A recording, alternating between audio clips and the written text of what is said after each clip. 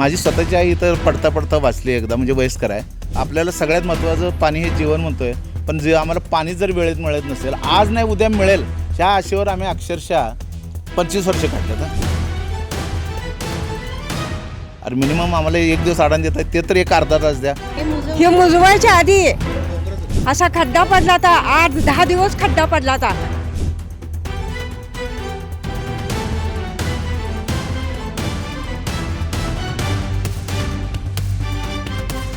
परंतु हे काम आम्ही लवकरात लवकर पूर्ण करतो असं आश्वासन दिले. परंतु आता या कार्यक्रमाला अवघे 10 दिवस राहिलेले आहेत. तर या 10 दिवसात हे काम पूर्ण होऊ शकेल का?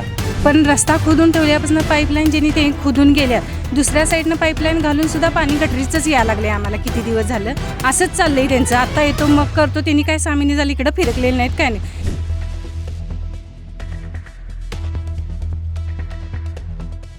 खड्डा पाडून ठेवला आणि आमचे जावई वारलेत. आम्हाला न्यायच पंचायत झाली. अक्षरशः त्यांना बोलवून घेतलं आणि पाय वाट तेवढीच करून घेतली. मग हे आम्ही असं किती वर्ष तर सण करतोय, खरी आता 5-6 महिने झाले हे करून ठेवले आणि त्याशिवाय आम्हाला हे जाणे येण्याचा पण प्रॉब्लेम. आणि काय करायचं सांगा, इतकं आम्हाला त्रास दिला आहे त्यांनी भयानक.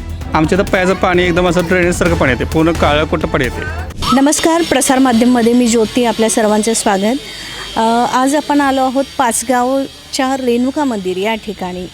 पाचगावमध्ये दरवर्षीप्रमाणे इथं होणार आहे रेणुका देवीची एक मोठी यात्रा आणि या यात्रेला जवळपास 6 ते 7 हजार भाविक येत असतात. आणि 6 महिन्यापासून इथे एक रस्त्याचं काम करण्यासाठी म्हणून खुदाई करून ठेवलेली आहे, बुरुम टाकून ठेवलेला आहे आणि तिथून येण्या जाण्याचा हा एकच मार्ग आहे. त्यामुळं इथं यात्रेच्या वेळेस त्यांना खूप मोठ्या अडचणीला तोंड द्यावं लागू शकतं आहे. बरेच प्रयत्न त्यांनी केलेले आहेत की हा रस्ता लवकरात लवकर व्हावा, निवेदनं दिलेली आहेत, पण प्रशासनानं याची दाद घेतलेली नाही.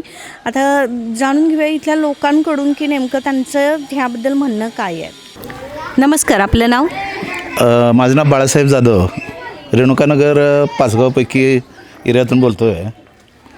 आज तुमच्या या माध्यमातून एवढंच मला सांगायचं आहे की आम्ही कोल्हापुरात आहे का पाचगावात आहे हेच मुळात आम्हाला कळत नाही.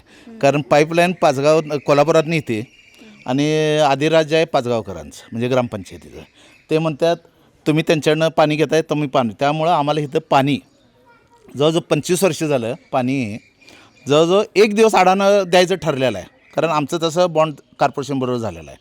काय तर एक दिवस अडाण द्यायचं पाणी कधीही, एक दिवस नव्हे, 4, 5, 8, 10 दिवसाच्या पाणी आम्हाला कधी मिळालेलं नाही. ही गेली 25 वर्षाची व्यथा आहे.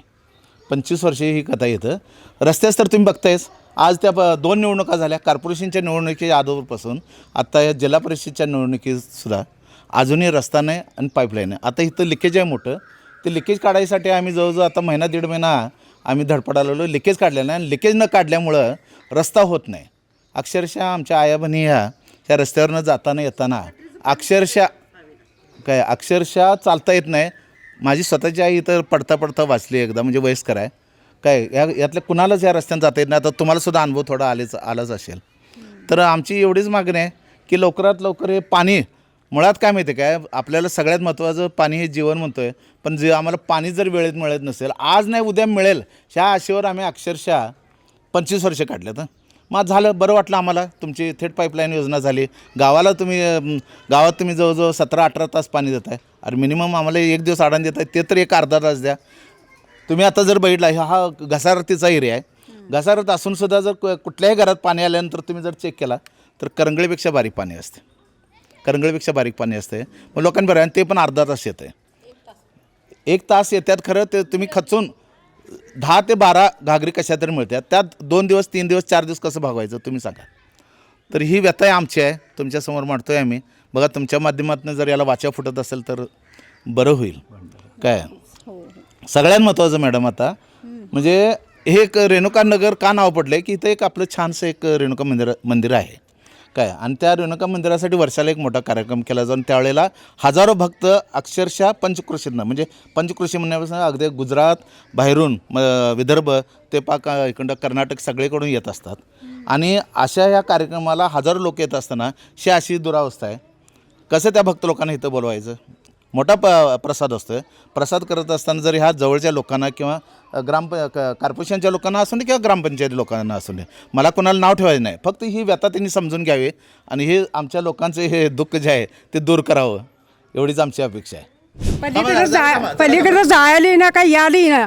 आम्ही सकाळी 6ला कामाला जाणार. सांगा ही वंडून सगळे पलीकडे जायचं. मी एका साहेबांच्या घरात काम करतोय.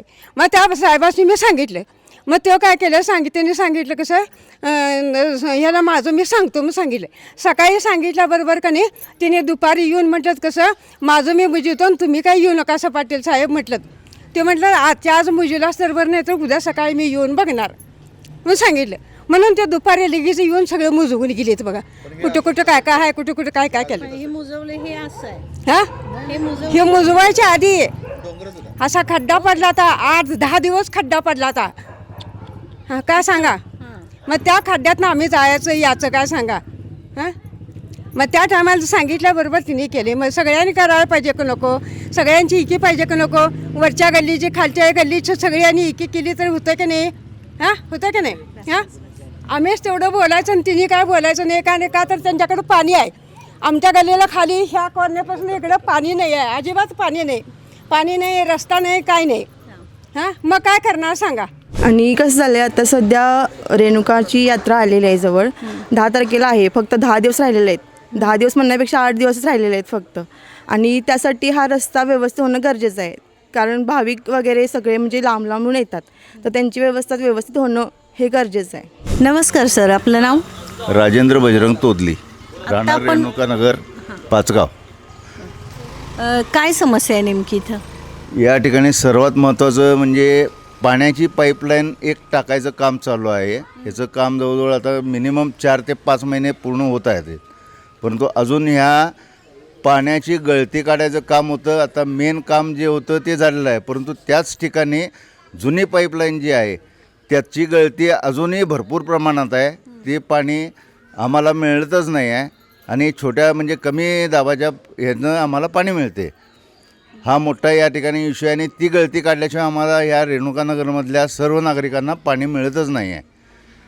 प्लस आता सध्या हा रस्ता पूर्ण उकरून ठेवलेला आहे आणि आमच्या इथं रेणुका मंदिर एक असल्यामुळं ह्याचा भंडारा कार्यक्रम आहे तो 10 एप्रिल रोजी आहे आणि भाविक येणार आहेत. आणि सध्या अशी परिस्थिती आहे की या ठिकाणी एवढा मोठा खड्डा काढलेला आहे आणि त्याची जी भर आहे ती सगळी रस्त्यावरतीच आहे.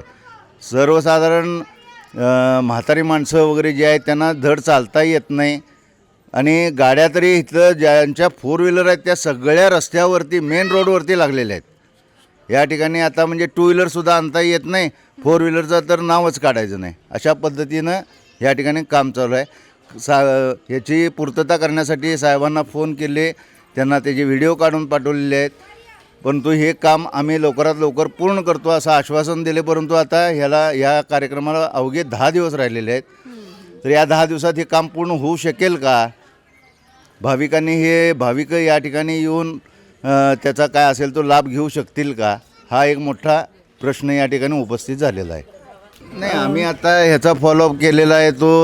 आमचे जे सरपंच आहेत सरपंचांना आम्ही फॉलोअप केलेला आहे आणि त्यांनी आश्वासन दिले की आम्ही लवकरात लवकर हे काम पूर्ण करून देतो. नमस्कार, आपलं नाव? मी प्रीती घाटगे, रेणुकानगरमधनं बोलते. मी आम्हाला गेले 6 महिने झालं. पाण्याचा तर मोठा प्रॉब्लेम आहे, पण रस्ता खोदून ठेवल्यापासून पाईपलाईन ज्यांनी ते खोदून गेल्यात, दुसऱ्या साईडनं पाईपलाईन घालूनसुद्धा पाणी गटरीचंच यायला लागलं आहे आम्हाला. किती दिवस झालं त्यांनी लिकेज काढतो म्हणून जे बघा तुमचं तुम्ही काढा. अरे खोदलाय तुम्ही, पाईपलाईन तुम्ही टाकालाय म्हटल्यावर लिकेज आम्ही कसं काढणार? ते तुम्हीच येऊन स्वतः बघायला पाहिजे का नको? इथं त्यांनी काही इकडं बघितलेलंच नाही आणि फिरकलेली पण नाही. आता आमच्या जवळजवळ किती लोक आमच्या मला वाटते रेणुकानगरात एक 50 घरं असतील. ती सगळी आता गेले 6 महिने झालं असंच चाललं आहे त्यांचं. आता येतो मग करतो, त्यांनी काय 6 महिने झाले इकडं फिरकलेले नाहीत काय नाही. सध्या आता आमचा रेणुका देवीचा भंडारा आहे मोठ्यानं, तो खूप मोठ्यानं असतो. वर्षातनं एकदा हजारो भाविक येतात इथं. ती कशी येणार? किती मोठा प्रॉब्लेम झाला आहे. हा रस्त्यानं यायचं अवघड झालं आहे. लोक चालायचे अवघड, ॲम्ब्युलन्स नाही, गाड्या नाहीत, कुठलाच प्रकारे इथे येऊ शकत नाही. खड्डा पाडून ठेवला आणि आमचे जाऊबाई वारलेत. आम्हाला न्यायच पंचायत झाली. अक्षरशः त्यांना बोलवून घेतलं आणि पायवाट तेवढीच करून घेतली आम्ही. आणि पुन्हा काय करतात, पाणी सोडत नाहीत. आम्हाला 4 दिवसाला 8 दिवसाला 150 रुपये घालून इकत पाणी घेऊन वापरायला लागते. आम्ही बिलं कसं भरणार सांगा. तिकडची बिलं भरायची काही आहे, पाणी इकत घेण्याचं भरायचं. त्याशिवाय रस्त्याची ते रस्त्याची पाणी गटऱ्याचं पूर्ण गटरीचं पाणी देतात आम्हाला. मग हे आम्ही असं किती वर्ष तर सहन करतोय. खरी आता 5-6 महिने झाले हे करून ठेवले आणि त्याशिवाय आम्हाला हे जाण्या येण्याचा पण प्रॉब्लेम. परवा इतका पाऊस झाला की नाही, गाड्या अडकून बसल्या रस्त्यात, जाता जाईनात. मग आणि काय करायचं सांगा. इतकं आम्हाला त्रास दिला आहे त्यांनी भयानक. किती सांगितलं तर करतो म्हणतात, जातात, करतो म्हणतात. इथलं लिकेज काढतात, परत आहे तसं लिकेज आहेच. काढतात का नाही तेच काय समजत नाही. नमस्कार, आपलं नाव? माझं नाव घनश्याम करून आहे. आमच्या इथं प्यायचं पाणी एकदम असं ड्रेनेजसारखं पाणी येते, पूर्ण काळं कुठं पाणी येते. कधीपासून येतं? बरेच झालं पाणी चालू आहे. आणि आता कसे बारके पोळं पाणी पितात, आमच्या घरातले पाणी पितात. म्हणजे पूर्ण आरोग्य पाणी खराब पाणी येते. आणि पाण्याचा वास 2-3 दिवस जात नाही, एवढं पाणी खराब येते पाणी. मग याची तक्रार कुठं केली नाही का? तक्रार आम्ही सांगतो तर ना, पण ते काय आपल्याला लक्ष देत नाहीत काय नाही. ते आता म्हणतात आम्ही काय सगळा रस्ता चालू आहे त्यामुळे पाणी तसं घाण येणारच. पहिले 15-20 मिनिट तर पाणी खराब आता बरेच झाले काम चालू आहे.